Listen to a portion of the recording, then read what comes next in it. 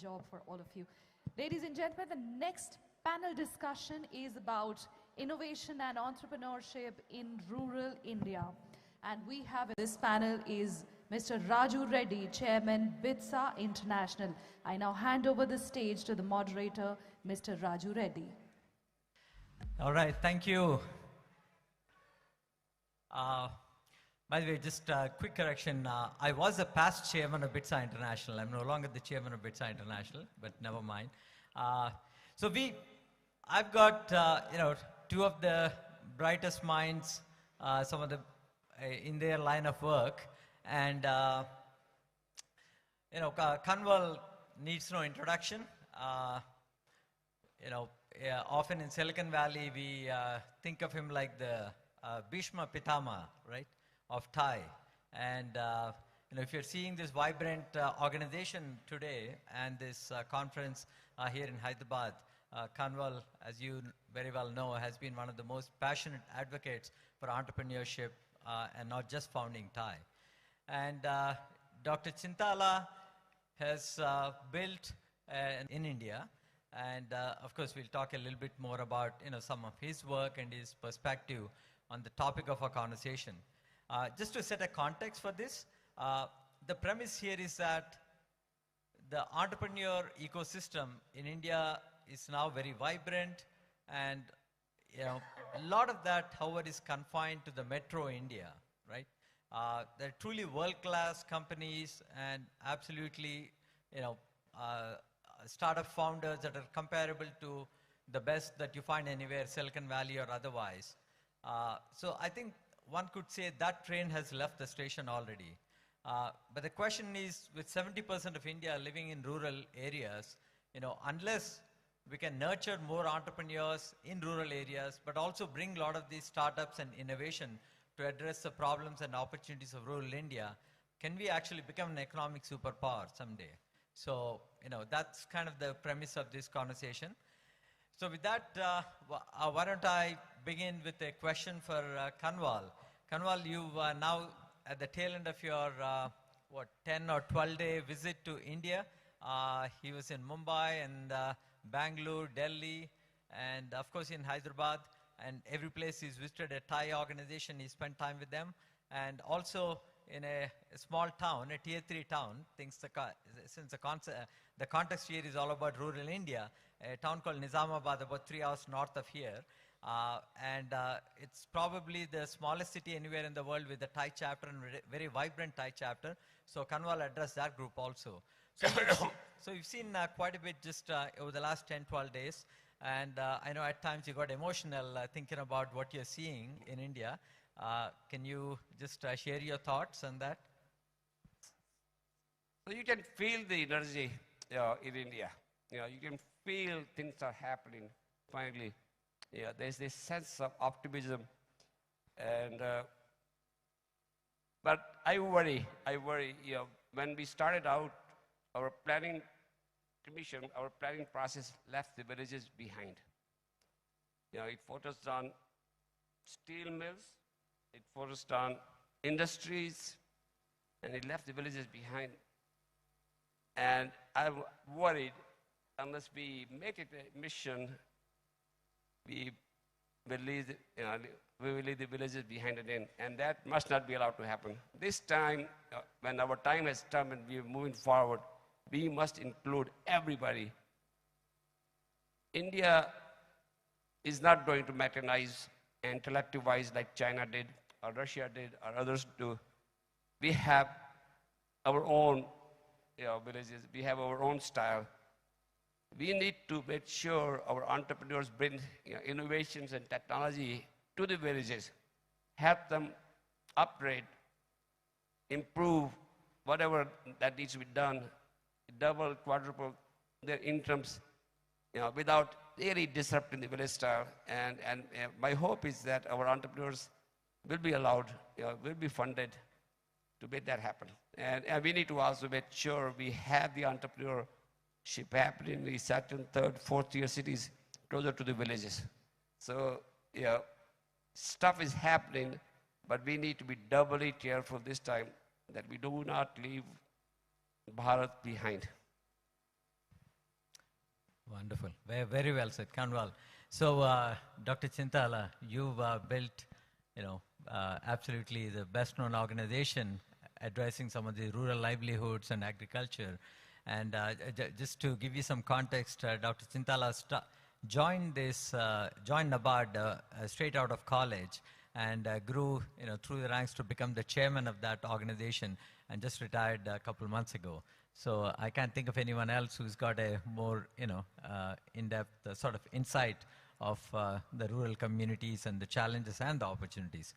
Any comments on that? Yeah, thanks a lot. First of all, it's a great opportunity for me to put the rural context into this kind of a great investing world. Because generally that earlier people thought that rural areas interventions or innovations are niche areas, very few people should come into it. But actually it's not so. Having headed the organization as chairman of $100 billion bank, in the world actually there is only one developmental financial institution for agriculture which has reached a level of $100 billion and remained profitable forever in the last 40 years. And we know really how the Bharat is galloping to reach the India. Actually, as Kanwalji was telling, we should not leave the Bharat behind. Why I'm telling is because having seen Bharat from the close quarters for the past 37 years as an officer to the chairman, I could say that out of 1,400 million people, I think close to around 900 million stays in the villages. And 54% of the people draw their sustenance and the livelihoods from the agriculture.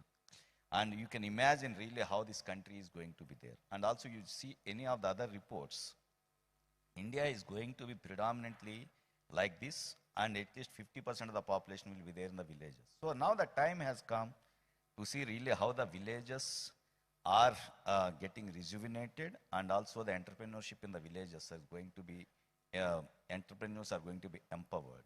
Actually, I have seen, because the enthusiasm which Kanwalji was expressing, I could feel it in the last few years. Like if I just take a little bit of a statistics, at the time of independence, as Kanwalji was privately telling us, that time it was a era of despair, era of absolutely no point of no return kind of a thing. But actually it's not so right now. In 1940s, 750, actually we were producing hardly 50 million tons of food grains. Today, food grains itself is around 315 million tons. And at one point of a time, we were not producing many fruits and vegetables. Today, fruits and vegetables are 340 million tons. And in sugar, earlier, actually, we used to stand in the queues, but today, actually, we are number one, many times outbeating Brazil. In cotton, we are next to United States, and maybe in many other products, actually, we are number one, tea, coffee, and all those things. Now, if I really look into it, we have the finite land area, we have the finite kind of a thing which we just can't expand. But the kind of an innovation that is going continuously into this kind of a thing, actually the productivity has gone up, production has gone up, and now many of the things are there. But now what is the crux of the whole of the present climate? Still actually that the Indian production has gone up, but the productivity levels are still low. And at the same time, our products to reach international markets, we have a lot of setbacks. So now the time has come for this investing world to look into the opportunities as to how a startups can bring that the final thing that in helicopter, if you say there is a thing called a Jesus bolt, actually that is the final bolt. Actually, in case if that gives up, the helicopter will fall. But the thing is now, Indian agriculture requires that kind of a Jesus bolt, and the Jesus bolt is nothing but the startups. Actually, now quite a lot of startups are there, and a good enabling environment is also being created in the country with regard to the policies, with regard to the institutions, and with regard to the voluntary agencies, like maybe some foundations coming into this kind of thing. And really the Bharat, which is going to hold 50% of the people in the next 50 years to come, we have to do something for this one. So I am extremely upbeat the way I share the optimism of Kanwalji, that this particular part of Bharat is going to be the growth engine in the days to come. Yeah. Interesting. You talked about the productivity. Over 40% of India's workforce is in agriculture-related, segments, and producing less than 20% of the GDP, just as a data point, right? Yeah. So, Kanwal, you've obviously talked about nurturing mass entrepreneurship. I think that is a phrase you're using lately. And can you talk a little bit about that? And I know there were times you were getting pretty emotional in the car. We were together driving around and, just describing these things. Go ahead. So I was born in 1945 and came of age in 50s, and I left for US in 1967. India became democracy with universal franchise, but somehow the elite chose to become socialist, as a country. Democracy is about choices. Socialism is about elite telling everybody what to do. We have found our way back. We have found our way back to markets and entrepreneurship. Markets and entrepreneurship are about choices. Democracy and markets are a matched pair. You get to vote every day with your rupees. So we are starting to see the impact. We're starting to see the impact. But this is a drop in the bucket. This is a drop in the bucket. A country of 1.4 billion people has maybe 150,000 entrepreneurs. We should think of 1 million entrepreneurs in another 5 years. We should think of 10 million entrepreneurs by 2047, our Independence Day. Yeah, TiE needs to change its tagline from fostering entrepreneurship to fostering mass entrepreneurship. We need to put our faith in our young people. We should get rid of those bureaucrats who are telling us what to do. I issued that clarion call, DOT hatao, Desh bachao. Somebody needs to come up with similar things about, when I looked at the Startup India policy framework and I looked at, those guys, they're jokers. They have no idea how the entrepreneurship works. They need to step aside. Let the people do it. Let the people do it. Well, you need a certification from somebody to become a startup. Who is smart enough to tell somebody you are a bona fide startup? So the beauty of the telecom policy was it was one pager. Telecom policy was one pager. It had no license sale, 7% revenue share. No exclusives. Everybody is welcome, domestic or foreign. You must start operation in multiple sectors right away. Within, there was something like 3 to 6 months. And we know what happened there. Telecom policy, somebody needs to simplify the policy on this front, like that. If you're going to have 1 million entrepreneurs and 10 million entrepreneurs, we need trillions of dollars of VC investments. It's not going to come from domestic savings. All the policy framework right now is focused on how do we build our own VC industry? Who cares? How do we fund our entrepreneurs? How do we fund our entrepreneurs? How do we provide the venture capital? Somebody needs to tell these jokers, step out of the way. Let the foreign money flow. Let's roll out the red carpet. Let's tell the whole world, put your savings in India and Indian entrepreneurs. Wow. Yeah, for those of you who may not have known, Kanwal wrote this blog in Economic Times, titled DOT Hatao Desh Bachao, which led to the big change in the telecom policy that, of course, unleashed the mobile revenue. So I want to say, Niti Yod Hatao, Desh Bachao.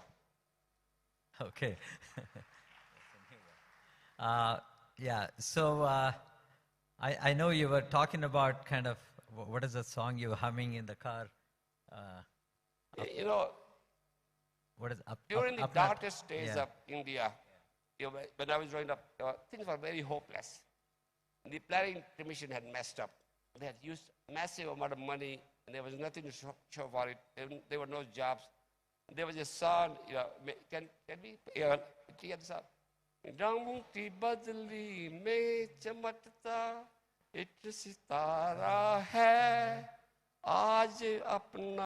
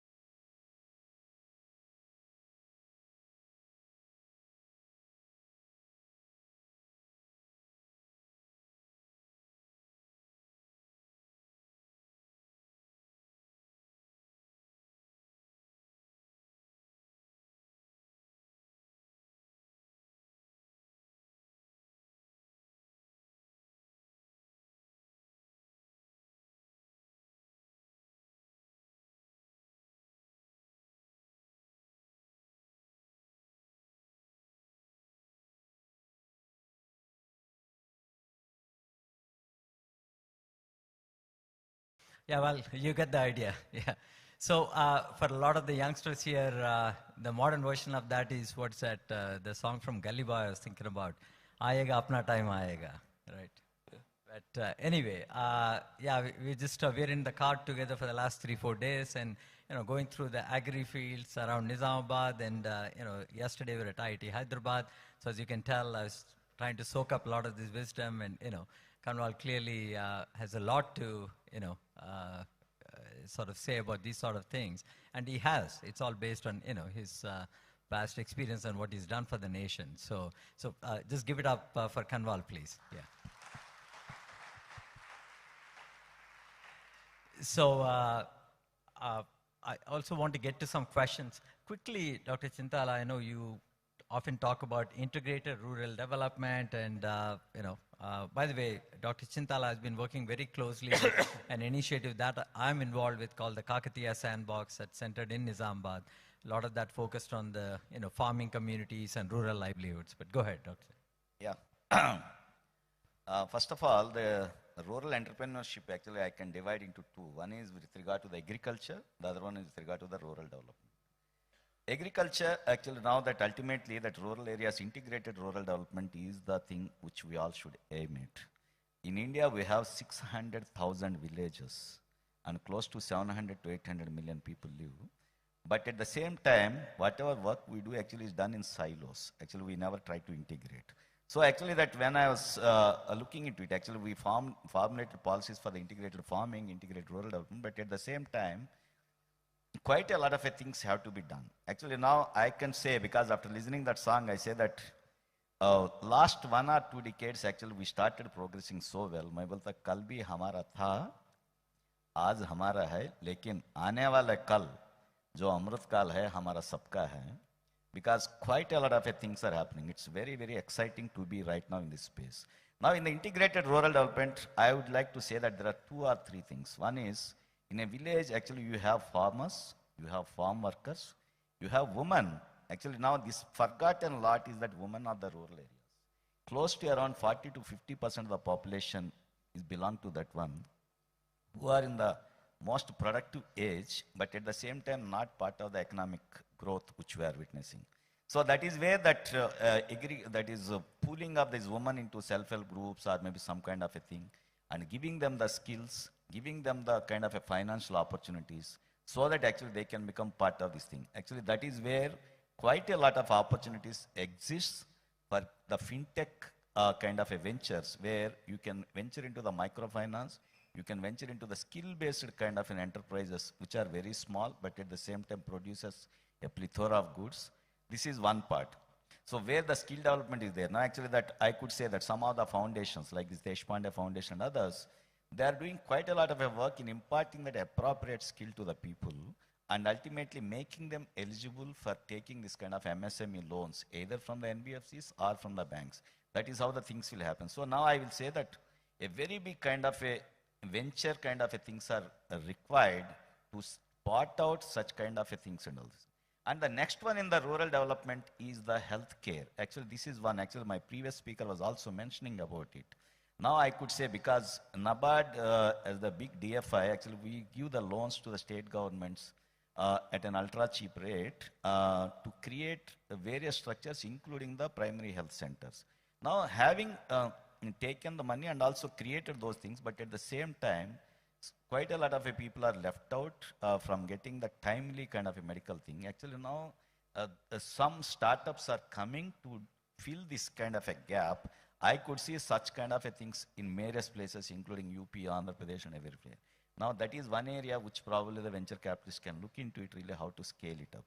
And the third most important thing is the agriculture. Now here in agriculture we have upstream, midstream and the downstream. Now actually that I was going through the whole of the literature, because NABARD has an organization called NAB Ventures. Actually we are a second largest agri venture capital fund in the country after Omnivore. So when we are looking into the whole of this data, actually there is a space in all these 3 segments, that is. And right now, last year, 2022 was a great year for the Indian agriculture kind of a venture capitalists or maybe thinking. Close to around $4.5 billion have been invested in all these three segments of that upstream, midstream, and also the downstream. Now that is where I feel that quite a new things are happening in this one. So the integrated rural development is encompassing technology, bringing the tech platforms for the aggregation, and also linking them with the downstream industries like that, maybe the people who are into the final retailing and also supplying of the things. And at the same time that encouraging that upstream, that is the tech part, these are the things which we should really be able to do it. I am very upbeat because having seen my organization growing from 4,000 crores in 1980 to 83 balance sheet, in 40 years we have reached $100 billion in the 40th year. So that itself is a thing where actually quite a lot of things are happening. People are taking the money, producing the things, but at the same time, they require that final thing. Because finally, before just maybe winding up this particular topic, I will say that our agriculture exports right now around 30 to 40 billion dollars. But thing is, we should aim to go for $100 billion kind of an exports, as our gross value added of agriculture is close to $600 billion. If that is the case, really what exactly are the impediments? It is the place, that is the space actually where the startups have to do. The traceability, QR code kind of a thing, blockchain technologies, putting IoTs, giving the pesticide free and also natural farming kind of a things, and bringing the integrated development, because creating the water source through the farm ponds and at the same time creating the IoT to create the irrigation efficiency and producing the crops, ultimately making the whole of this thing is a kind of a big supply chain which is reliable, resilient, toxic free, and at the same time the customers abroad, actually the diaspora is a very big one, that they should be able to look forward for such kind of a products. That is where I think we should aim for that integrated rural development, and a lot of ventures are required to bring this kind of a development. All right. Thank you, Dr. Chintala. So for all the tech entrepreneurs out there who are looking at the agri sector, you know, there's a lot of expertise here, you know, with Dr. Chintala, and he's actually been making a lot of time for the entrepreneurs out there. So I don't know if we have time for a question or two, but before, I do want to ask Kanwal one question, maybe before I, you know, get to any of the audience questions. So Kanwal, what is your dream for India? You told me before this trip, this may be my last trip that I can make, given your age and everything else. So India became the 5th largest economy this year. And it will sleepwalk into becoming 3rd largest economy in few years. We'll have to do nothing really heroic. Are we going to be happy? Are we going to be happy being 3rd largest economy? Are we going to be happy being 2nd largest economy? India, China, US. When the British started their march across India, we were the largest economy in the world. We were the #1 economy in the world when the British started their march across India. Can we aspire to be #1 again? Should we go for it? I believe that we should have lofty goals like that. We should have lofty goals like that, and a policy framework to enable that. You know, when I sat with Amitabh Kant, a super bureaucrat now, he's highly thought of. He spent an hour with me trying to help him define a startup. I said, who cares? Definition of startup. Let the entrepreneur decide if we do something that's a startup. I said, well, we don't give them some policy concession. They don't need any policy concession. Just let them be. 300-page definition of a startup. You're not going to be a #1 or #2 when you have people, super bureaucrats like that. The policy concessions were so stupid. No tax, no income tax for 5 years. Startups don't make income. Startups don't make income. You know, so I can go on and on. Yeah. I think it's a time for us to think clearly, have a simple policy framework. Let our people be, let our people take over and drive the process. I like the idea of having a VC fund for every type. Can we have a fund for second, third, fourth years in VC where you don't do what you need to do? But we must not prescribe, we must not plan. That one of the biggest mistakes we ever made after the independence was planning commission. I want to give you one Professor TiE Srinivasan, who was head of the economics department at Yale, was a young economist at Milan, late, I should use the word late, he told me a story. He said there was a debate at planning commission. We should let our people produce consumer goods in India so our people could enjoy consumer goods. Or should we produce machines that produce machines that produce consumer goods? Or should we prioritize machines that produce consumer goods? So they prioritize the machines that produce consumer goods. And when they started to produce those machines, there was zero market for them in India because there were no consumer goods. Planning commission is thinking 3 generations ahead. Nobody is smart enough. Nobody is smart enough to plan. We should let our entrepreneurs be. Let them see the problem on the ground.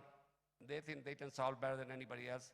Let's provide them the VC funding, angel funding, in a competitive fashion for sure. I think we are the smartest people in the world, but we are the dumbest bureaucrats. I want to leave it at that room.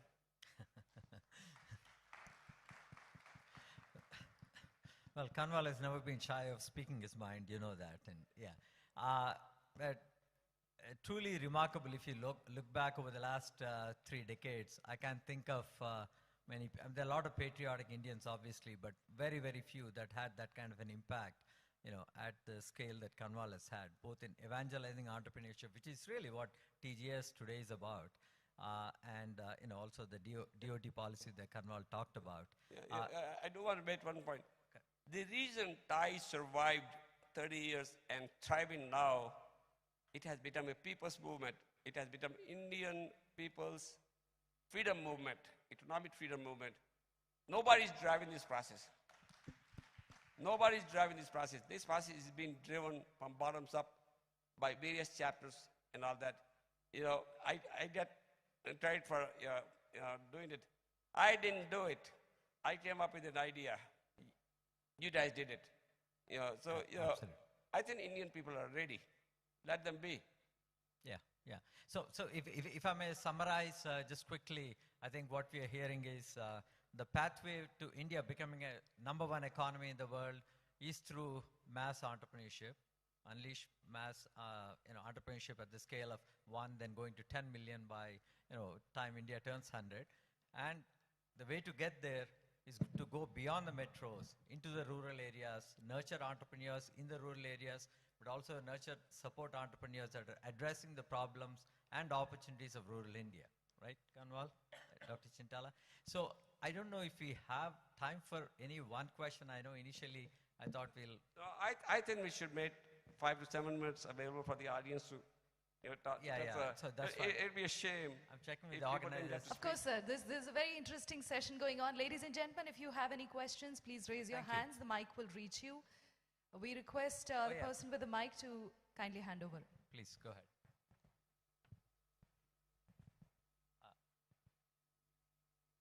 One more hand here. Yeah.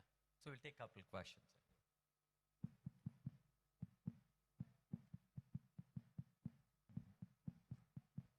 Okay. If you want to come here and...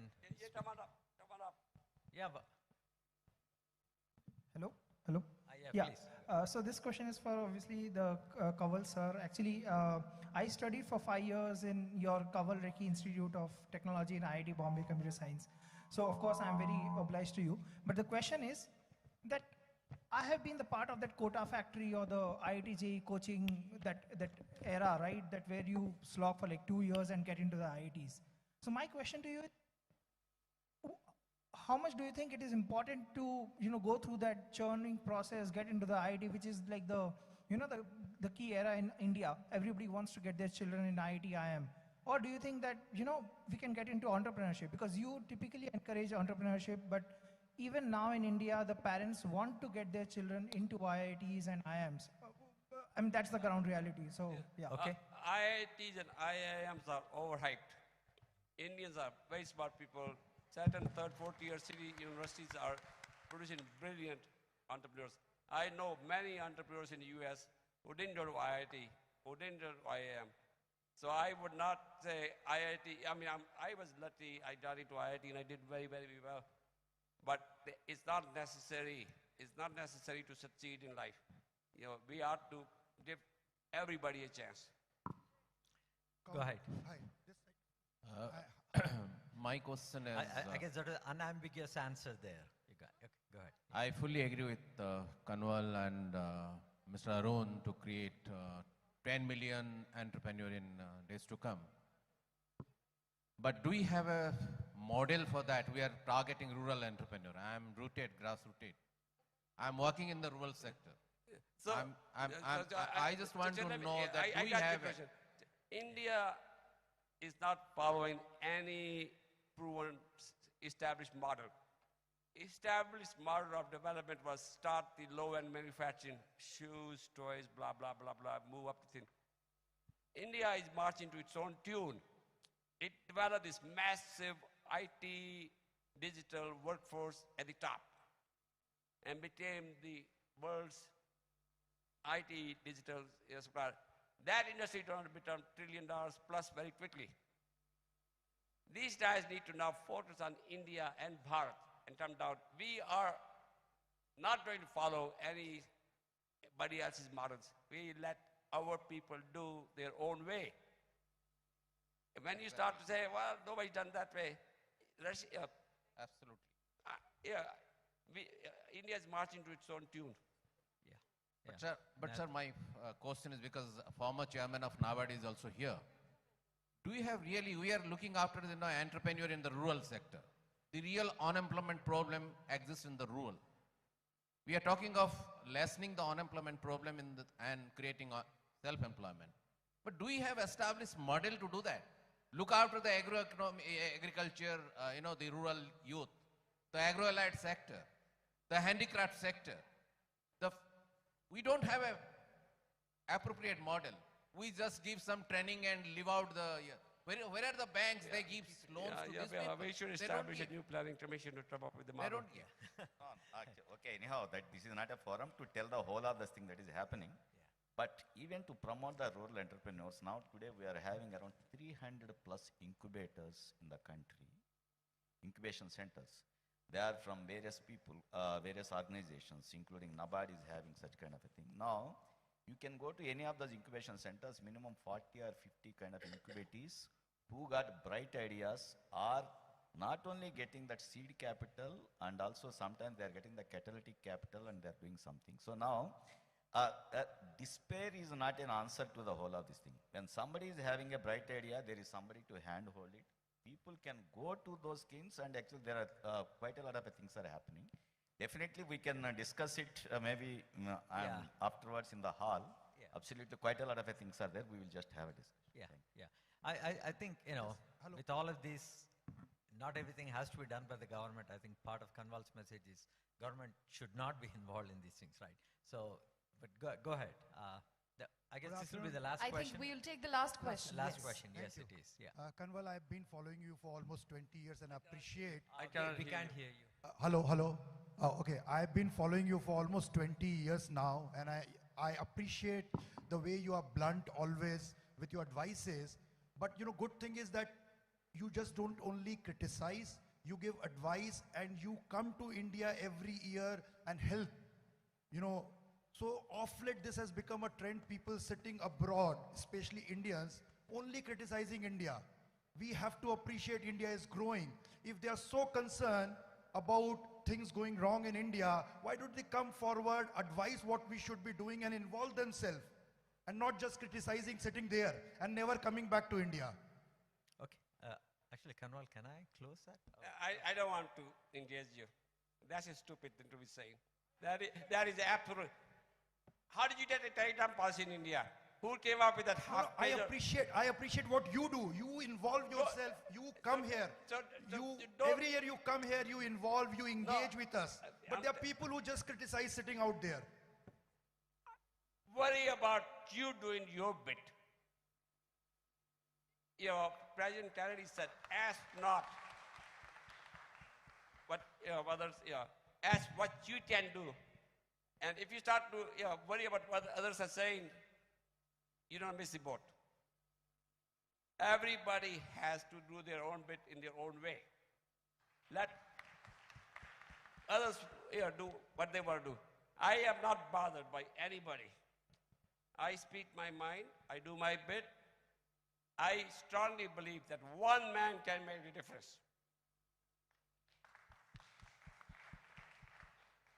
And I've seen it happen. I've seen it happen more than once. Professor C.K. Prahlad, I mean, he changed massive amount of things. I was very influenced by him as a Kanwal, person. I'm getting it. Go ahead. Yeah. So actually, on that note, it's a perfect way to close. Can I get that last slide up, please? I wanted to announce, a big commitment that Kanwal actually has made to one of those initiatives that I'm personally involved with, called the Kakatiya Sandbox, powered by the Deshpande Foundation. So we're launching a center called CREST, and that's a 20 crore commitment by Kanwal. Please give it up for Kanwal.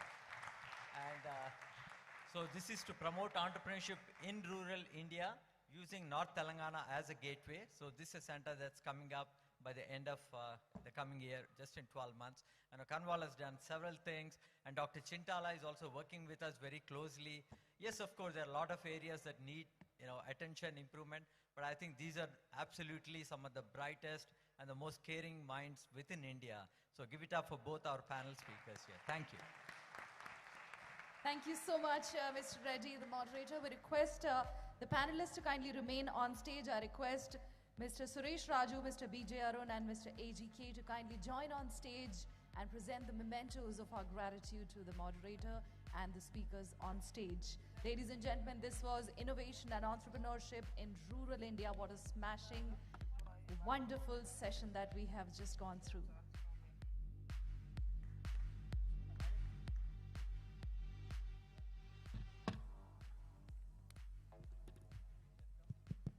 Yeah, I actually would like to request the audience to give a standing ovation to Mr. Kanwal Rekhi, please, because so I want to share that 30 years ago, when I was a first-time entrepreneur in my late 20s, it was because of people like Kanwal I have come where I am. So I can't measure the contribution. He said like one man, right? Each one of us can try and make a change and make a difference. I mean, today I serve as a chairman, as the head volunteer of TiE, board of trustees. In the last 3 months, I must have visited 20 TiE chapters. I do that at my cost. I do that at my time, because I have been inspired by leaders like this. So I can't tell you how much, not only India, but entrepreneurs worldwide, we have to credit these people for doing that. So thank you, Kanwal, for everything you do. I feel like touching your feet today, sir. Yeah. Thank you, Kanwal.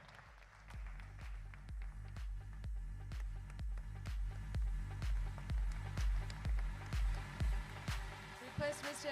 AGK to please join on the stage. I don't know if he's in the audience. AGK, are you here? Come on, hurry up.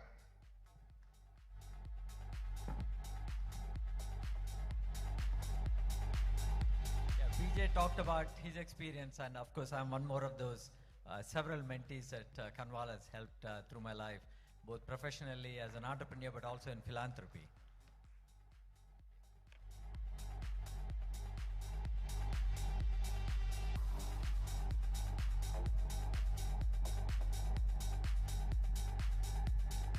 We are indeed grateful to Mr. Kanwal Rekhi, Dr. Govinda Chintala, and Mr. Raju Reddy for this wonderful session. Once again, a big